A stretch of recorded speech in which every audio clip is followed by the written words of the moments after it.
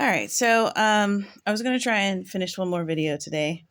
I was thinking about just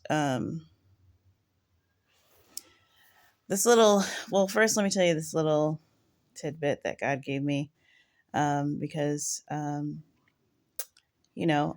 whole the whole channel was sparked by wanting to tell people about um, the rapture and Jesus coming back and getting people to get prepared. And I basically at this juncture, for the next 2 months, I'm gonna be like focused on the skies, and you know, for that rapture watch period of this spring. When the next one will be, I don't know. Um, Presumably in the next 7 years, but it's looking like it's going to be soon. And not only for the current events and the feast days and the signs in the sky, but well, technically, yeah, all of those things. The current events, especially, I don't think that there's been another time in history where the current events have lined up in such a way with alongside of the rupture warnings and stuff. But anyway, the point being that I'm very much, oh, excuse me, um, you know, just kind of on pins and needles, and not really pins and needles, but I told my mom, about the whole watch pot never boils thing. I'm like, I'm just going to sit here and I'm going to attempt to watch this pot. Um, and so that's what I'm doing right now. And um, it dawned on me that I have people that I could be reaching out to that I wasn't, um, that I just didn't think about. So, in another life, former life, another life, I'm actually a romance author, and I recently decided that I was going to retire my current pen name, and uh, it was right around the time that I got this idea that I was like, maybe I should send my newsletter base like a message about Jesus and like letting everybody know. And of course, when I thought that in my brain, like there was immediate like cold chill of you're gonna do what now? But I had to come back with the rebuttal, like, okay, you do you believe this or not? Okay, so if you believe this is the time, and you know that you have a list of thousands of people that you could tell about it, and you don't, you know, is that something you really want to be responsible for? And what do you look like not doing that? And so I was like, after that, the decision was pretty simple. It was like, okay, I got to just wrap my mind around sending this message out to my mailing list. And I felt the Lord say, like, that right there is, faith with works. Because this is another sort of famous dilemma within church culture about faith without works is dead. And show me your faith and I will show you my deeds, my faith by my deeds and all of this stuff. And it gets very convoluted, and people, uh, choose sides between works-based faith and, works-based Christianity versus faith-based Christianity. And are you, relying on works to get you to heaven? Or are you relying on the work of the cross, X, Y, and Z?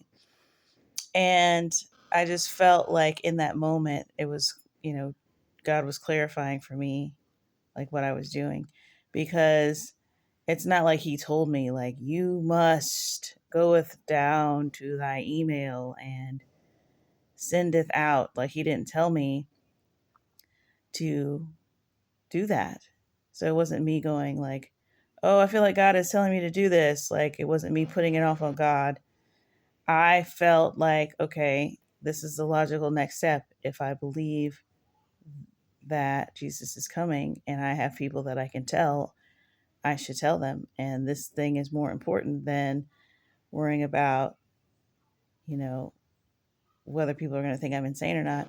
And, basically, it was a really good clarification because it just suddenly became very obvious to me that the faith without works dilemma is works related, directly related to the very faith that you have. So I have faith to believe that in the next few months, we're going to meet the Lord in the air. Ergo, I'm going to, once I remember, like, oh, I got people that I could literally tell, then I apply that faith to an action that is related to that faith. It's not about, oh, I'm a Christian, so let me just go into the Christian welcome beginner's Christian packet and do all of the faith things that I'm supposed to do that are related to that. And that is me having Christianity. I think that over time, that is what it became. And there's probably maybe a few people who are able to pull that off genuinely. But I think for the most part, people just feel like they have to, do the charity work, do the missionary, give to the poor, do these things that they have been told are part and parcel of Christianity, and so that the the faith and the works debate that James is talking about is the average works that a Christian would do, and that's not what it is. It is whatever you believe that your child is going to be healed. So whatever you do in preparation for that belief is what works it's talking about. If you start, selling off her equipment, or I don't know, whatever, just something that would spark from that particular faith that you have. It has to like branch off. It has to sprout from that. It can't be just some standard general stuff. I mean, it can be, but that's not what he's talking about in that passage when he says faith without works is dead. He's talking about a faith in something without an adjacent uh, action attached to it that is going to have the hallmarks of uh,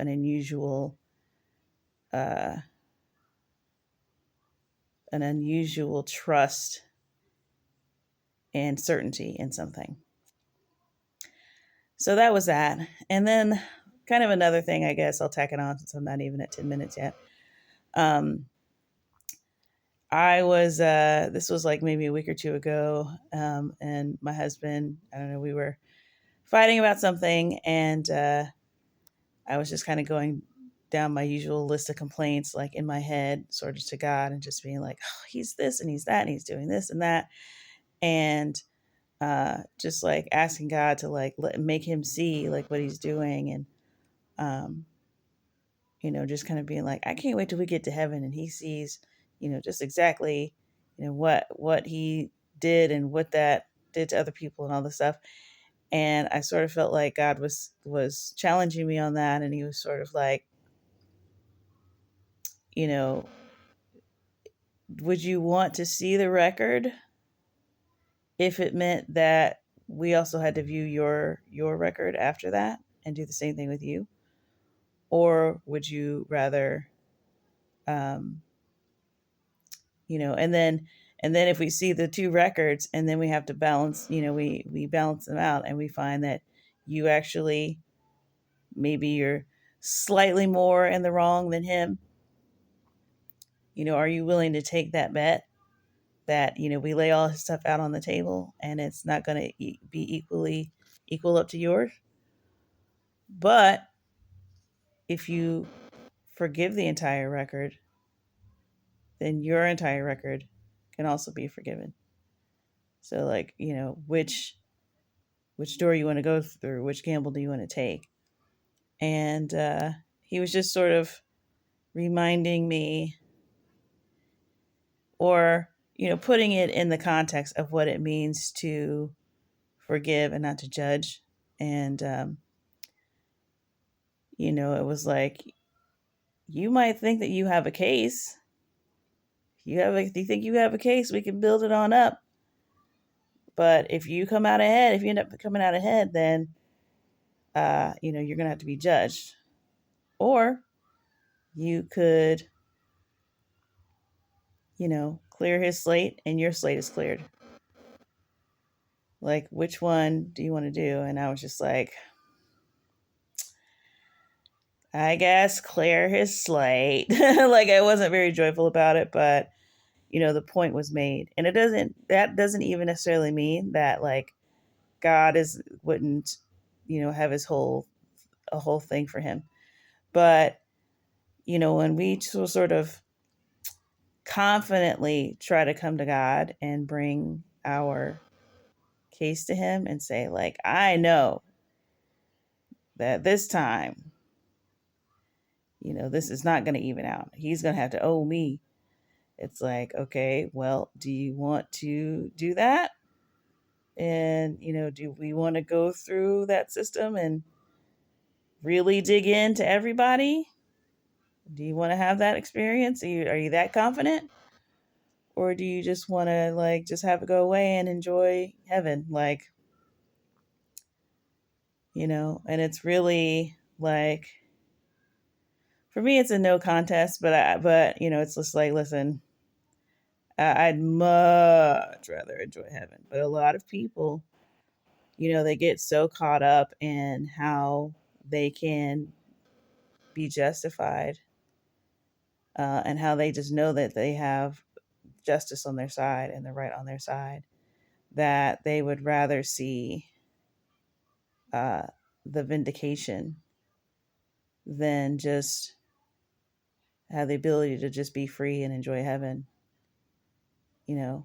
It's like, no, I want to bring this to account. It's like, we could just all clear the slate and go and be in heaven with Jesus, and not have to worry about this at all, not to have to worry about your own stuff. It's like, no, I brought my receipts too. It's like, you done you're so sure that you can, itemize your stuff on top of, bringing someone else's stuff to account. It's like, that is a serious gamble, like, and it shows sort of a lack of understanding of, the state of our hearts. It's like, just assume that you are, wicked beyond all uh, recognition, I guess, beyond all repair. Because and let God have his vengeance if it's there to have.